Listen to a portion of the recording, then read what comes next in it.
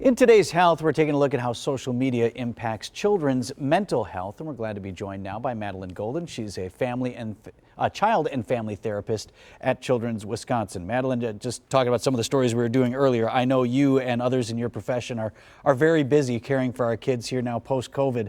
But let's talk about specifically social media and how that affects our teenagers. I have 3 teenagers at home. I can tell you firsthand, as soon as they get on their phone and start messing around, I see their mood change, and it's usually not for the better. Right.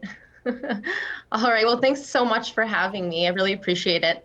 I think it's really important to remember that teens' identities are rapidly forming and evolving, and they're often subject to outside influences. And it's also human nature to compare ourselves to others. So this is very relevant to teens' social media usage in that these videos and photo sharing spaces, such as TikTok or Instagram, often portray a highly edited, almost artificial version of appearance and experience, all of which are mainly unattainable for most teens. So this experience can put a magnifying glass up to vulnerabilities and insecurities that often exist during these teen years, as we all know. And it can also cause this hyper focus on parts of our bodies or our lives that do not align with the content that the kids are routinely viewing, and all of which can impact their self-esteem and confidence negatively. Yeah, and this is just one area of the influence that social media can have on our kids. But sticking with that, what are the things that a parent should look for? I mean, look, kids are on this stuff and whatever. How do you know that there's unhealthy behavior happening? Sure. So firstly, I would say listen for information and pay attention to their habits. Is your teen taking 100 selfies before they're posting one? Are they in their bedrooms on their phones for hours on end? Are they over analyzing photos or other people's photos, maybe in like a distorted or inaccurate way? I would really encourage parents and caregivers to show interest in their child's interests, even social media, because that's a big part of so many of their lives.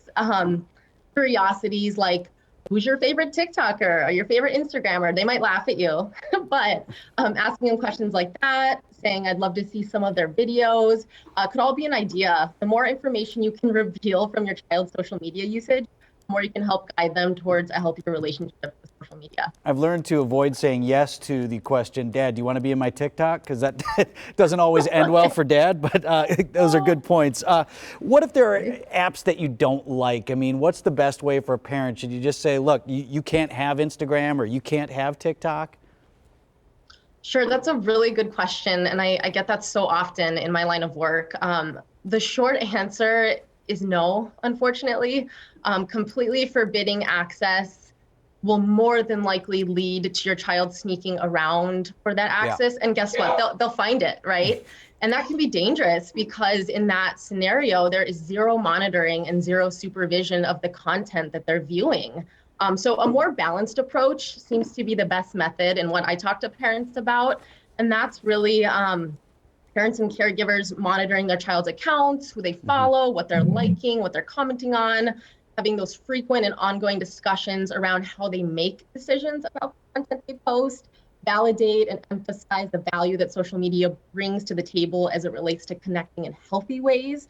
And it's important for parents to remember that social media is a key part of how kids connect to one another.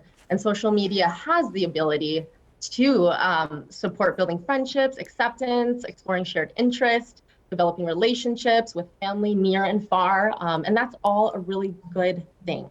No, you're right. I wish I could take the phone away entirely, but that would isolate them, and we've certainly been down that road before. So appreciate all the advice. Madeline Golden, Children's Wisconsin. Thanks so much for your time this afternoon.